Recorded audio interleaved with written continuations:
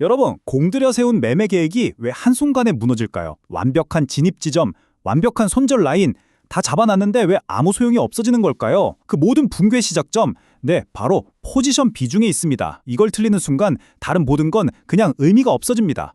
이 문장이 오늘 이야기의 정말 핵심을 꿰뚫는 말인데요. 우리는 보통 비중을 얼마나 더 벌까의 문제, 그러니까 수익의 크기로만 생각하잖아요. 더 크게 걸면 더 크게 얻을 거라고. 하지만 오늘 우리가 파헤쳐볼 내용은 그 관점을 완전히 뒤집습니다. 비중은 공격이 아니라 방어, 어떻게 버텨낼 것인가에 대한 생존의 문제라는 거죠. 아니, 분명히 계획 다 세웠는데 왜 시장이 조금만 흔들려도 마음이 무너지고 손절 라인 못 지키는 걸까요? 왜 이성적인 판단 대신에 감정적인 대응을 반복하게 될까요? 그 모든 혼란의 진짜 근본적인 원인이 바로 이 비중 문제일 수 있습니다. 바로 이 지점입니다. 여러분이 포지션 비중을 수익을 키우는 도구로 보는 그 순간 계좌 전체가 흔들리기 시작하는 거예요. 비중의 진짜 역할은 수익을 쫓아가는 게 아니라 시장의 예측 불가능한 소음을 견뎌내고 내가 세운 원칙의 틀을 지켜내는 것이기 때문입니다. 자, 그렇다면 관점을 어떻게 바꿔야 할까요?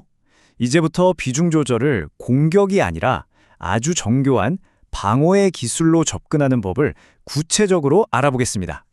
이 표를 한번 보세요. 두 가지 접근법의 차이가 정말 극명하게 보이죠? 왼쪽의 공격적인 마인드셋은 수익 극대화, 그냥 즉흥적인 대응에 의존합니다. 반면에 오른쪽의 방어적인 마인드셋은 리스크 관리, 명확한 규칙, 그리고 시스템에 기반하죠. 잠깐 한번 생각해 보세요. 나는 지금 어느 쪽에 더 가까울까요? 이 비유가 정말 중요한데요. 포지션 비중은 더 큰 수익을 찌르기 위한 창이 아닙니다.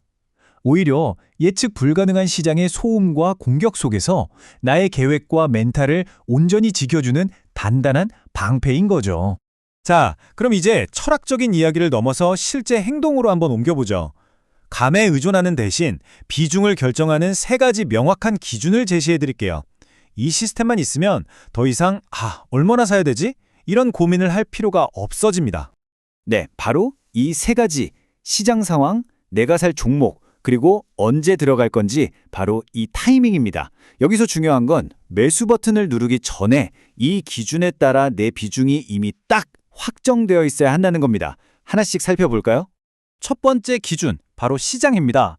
우리는 보통 시장이 안 좋으면 좀 덜 사야겠다 이렇게 막연하게 생각하잖아요. 근데 진짜 핵심은요, 개별 종목의 비중이 아니에요. 내 계좌 전체가 감당하는 총 리스크를 관리해야 한다는 겁니다.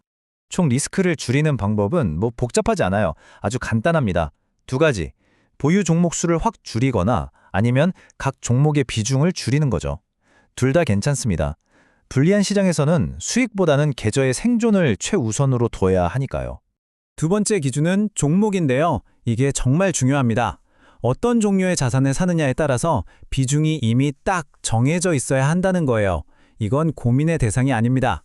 무엇을 사는지에 따라 비중은 기계적으로 정해져 있어야 하는 거죠. 예를 들면 이런 거죠. 이런 식으로 명확한 규칙을 아예 못 박아두는 겁니다. 시장의 주도 섹터를 이끄는 주도주는 내 총 자본의 절반까지, 그리고 특정 테마를 이끄는 테마주는 4분의 1까지. 이렇게 원칙이 서 있으면 그 순간의 감정이나 탐욕이 끼어들 틈이 없어지죠. 만약에 시장 상황이 안 좋아졌다? 그럼 고민할 필요도 없어요. 그냥 이 기본 비중을 딱 절반으로 줄이는 겁니다. 주도주는 4분의 1로, 테마주는 8분의 1로요. 여기서 핵심은 나의 주관적인 판단을 배제하고 어떤 상황에서든 시스템을 따르는 일관성입니다.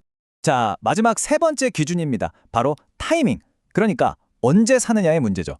똑같은 종목을 사더라도 변동성이 살아있는 장중에 들어가는 것과 모든 게 결정된 종가에 들어가는 건 전략 자체가 완전히 달라야 합니다. 장중에는 어때요? 계속 변동성이라는 노이즈가 끼잖아요. 그러니까 한 방에 모든 비중을 싣기보다는 분할 매수로 대응하면서 평단가를 관리하는 거죠. 괜한 흔들림에 털리지 않기 위해서요. 반면에 종가는 어때요? 하루의 싸움이 다 끝난 시점이잖아요. 모든 게 가격에 반영됐죠. 그러니 애매하게 나눠 살 이유가 없는 거예요. 확신이 있다면 정해진 비중대로 과감하게 들어가고, 그게 아니라면 아예 안 들어가는 것, 둘 중 하나입니다. 자, 지금까지는 비중 조절의 기술적인 기준 세 가지를 알아봤습니다. 근데요, 진짜 중요한 이야기는 지금부터예요. 결국 비중은 숫자의 문제가 아니라 우리 마음을 다스리는 심리의 문제거든요. 이게 바로 실패로 가는 전형적인 타임라인입니다. 일단 질러요. 그리고 주가가 흔들리면 그제서야 이거 너무 많이 샀나? 라면서 비중을 걱정하기 시작하죠. 그 순간 이미 계획은 사라지고 감정적인 대응만 남게 되는 겁니다. 그래서 이 원칙은 정말 절대적입니다. 비중에 대한 고민은요, 매수 버튼 누르기 전에 완벽하게 끝나 있어야 해요. 진입한 후에 비중을 조절하는 건 전략적인 대응이 아니라 그냥 공포와 탐욕에 휩쓸리는 감정적인 몸부림에 불과합니다. 내가 감당할 수 없는 비중으로 들어갔다. 그럼 어떻게 될까요? 뻔합니다. 호가창의 그 작은 움직임 하나하나에 심장이 쿵쾅거리고 냉철한 계획은 온데간데 없이 그냥 본능적으로 움직이게 되는 거죠. 그리고 결국 공들여 쌓아 올린 나만의 시스템 전체가 와르르 무너져 내리는 겁니다. 결국 이 모든 이야기는 딱 이 한 문장으로 정리됩니다. 아무리 완벽한 종목, 완벽한 타이밍을 잡아도요, 내가 심리적으로 버틸 수 없는 비중이라면 그건 그냥 내 것이 아닌 거예요. 지킬 수 없는 비중은 의미가 없으니까요. 진정한 비중 조절이란 시장을 예측하는 기술이 아니라 내 마음의 크기를 아는 것에부터 시작됩니다. 자, 오늘 우리는 이 포지션 비중이라는 게 단순히 숫자를 넘어서 트레이딩의 성패를 가르는 아주 중요한 방어 전략이고 또 심리 관리의 핵심이라는 걸 확인했습니다. 이제 스스로에게 한번 질문을 던져보실 시간입니다. 나의 매매는 수익을 향한 공격인가요? 아니면 원칙을 지키기 위한 방어인가요?